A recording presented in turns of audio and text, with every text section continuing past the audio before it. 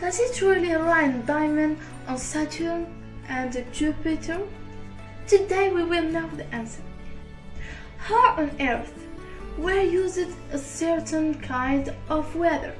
It may be unpredictable and scary at times, but at least we know that everything falling out of our atmosphere and onto the ground is water in some form or another.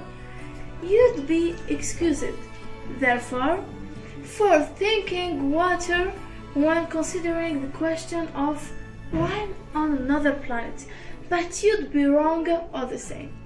Earth is the only planet that has liquid water. There is indeed rain falling from clouds on other planets, but it's not water, not even cloud. According to the finding, diamond rain fall on Saturn, Neptune and Jupiter, among others. But Saturn may have the best condition for it. Neptune's intense lightning storm, 10 strikes per second, can cause methane molecules in its atmosphere to break up, leaving carbon atoms to float freely and start falling to integrate, and they travel through Saturn's dense layer the ground.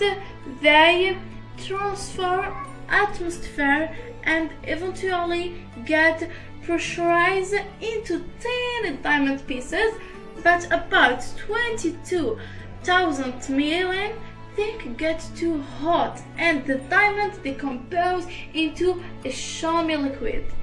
These causes are just the start of the conversation about rain on another planet.